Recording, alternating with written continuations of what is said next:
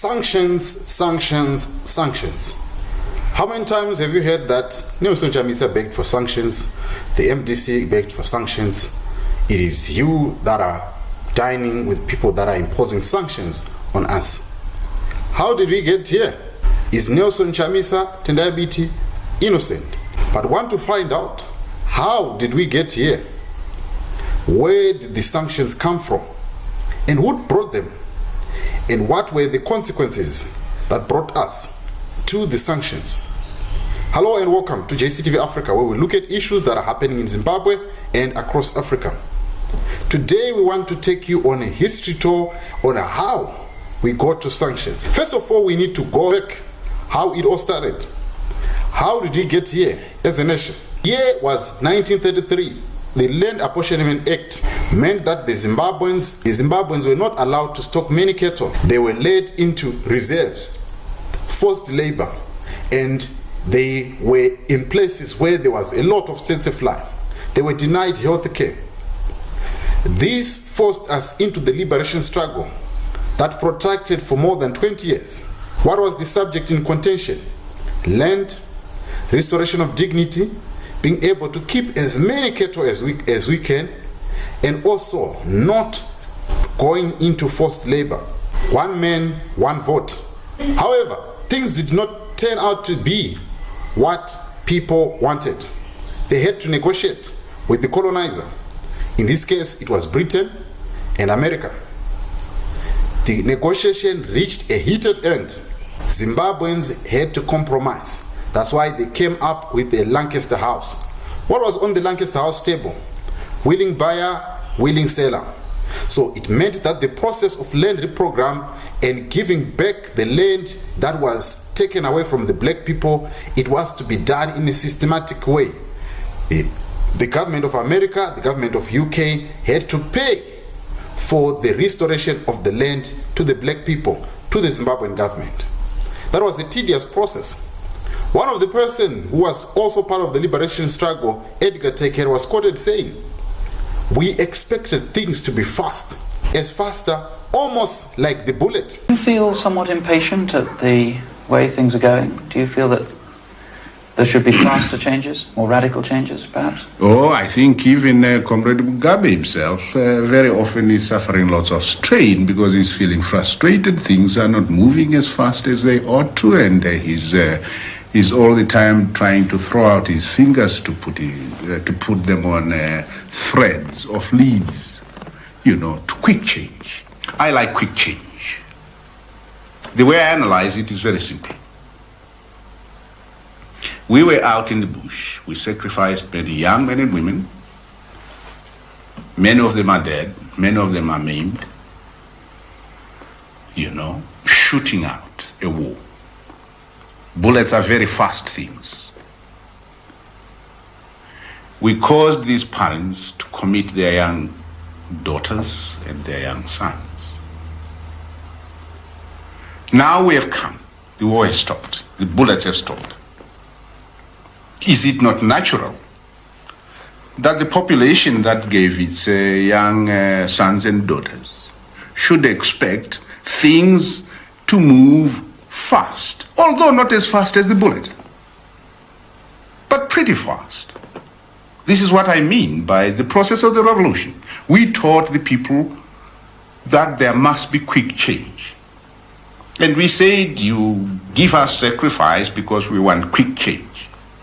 And in fact, it is to be very liberal to say we want it now, because we want it yesterday. I know. To have our people, their dignity restored. For 10 years, what then followed was frustration, frustration, frustration from the war veterans who went to war. In 1992, the government, under the leadership of ZANU PF, enacted a law called the Land Acquisition Act. What was in this law? In this law, it allowed the government of Zimbabwe to take the land and be able to pay maybe a little bit of compensation which was coming from America or that was coming from Zimbabwe.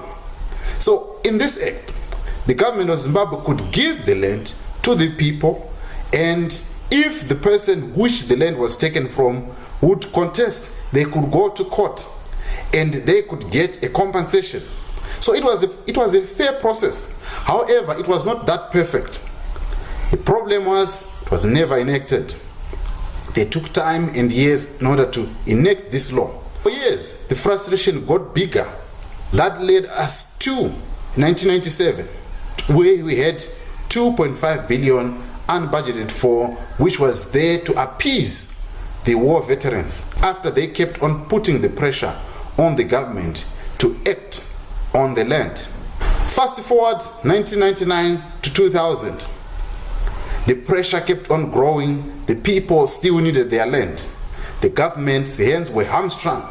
They could not act without the money to compensate the white farmer. They also had pressure from the black farmer who wanted their land. From the referendum of 2000, Robert Mugabe and ZANU PF lost, which was their first loss since 1980. It didn't go down well with them. And what was the solution? The solution was to at least find ways to restore some dignity into the party. And how did they do that? They unleashed the people into the farms, and they enacted fast-track land reform program. One of the things that was there in the fast-track land reform program was that, yes, the black people got the land, but was it theirs? Number one, they only got offer letters, not title deeds. So it was a way to win the votes, but however, it was not done in a perfect way. The black man could not have title deeds that could enable him to go to any bank and get a loan in order to work the land. It was no longer on a merit basis. It was now an issue of who do you know in the party. So it was another mistake. The government shot themselves in the foot in order to get votes. No sanctions were imposed then. These sanctions were only imposed in 2001 after many mistakes was made by the government. One, it granted amnesty on the people that unleashed violence on the election of 2000. It also granted amnesty on the people that went and took the farms in 2000. So that meant that, one, the black people thought they had the land, but it was not theirs. They had offer letters. Secondly, the government capitalized on that propaganda in order to hoodwink the rural folk who was unaware of what was happening. They wanted the land, they were on the land, but they didn't own the land. So the sanctions were imposed. Yes, the America and the UK were complicit because they also dragged their feet for more than 10 years of not implementing their law of Lancaster House. So it was not a one-way traffic here. The government of Zimbabwe needed to act in order to please their citizens, but however, they did it in a deceitful way. Did the MDC participate in this? To some extent, you might think so. But however, if you want to look at the issue of Russia and Ukraine today, it might paint you a better picture of the role of opposition. The role of opposition plays a little part in the imposition of sanctions. Look at what happened to Russia. Russia has been slapped with a number of sanctions, with no opposition leader, but just the fact that what Russia is doing is against the interests of Americans. They are forced to act. What were the interests of the Americans? The interest of the Americans was the acquisition of land, and the acquisition of land without following the law. That meant that even though the land was taken from the white people and supposedly given to the black people, they didn't follow the proper procedures that could allow the white farmers, to be compensated, and thereby making them lose big time. Did they do the same in 1933? Yes, they did the same. They took away the land from the black people, and there is no way of restoring the dignity of the black person by giving them the land that was taken away from them. What is the difference then? The difference then is that the government of the day in 1933 had a plan, supported the white farmer, and knew how to act. Even though the black man could not take the white farmer to court or anyway, but at least they had a plan. Our government didn't have a plan, just went ahead in order to get the support from the black majority. This is how we got sanctions. Okay. Tell me what you think about this. As for me, I believe the MDC did not have any role in the imposition of sanctions. It was an act of deception from the government and deception from the government of USA. I'll see you again on the next episode. Please subscribe to JCTV Africa.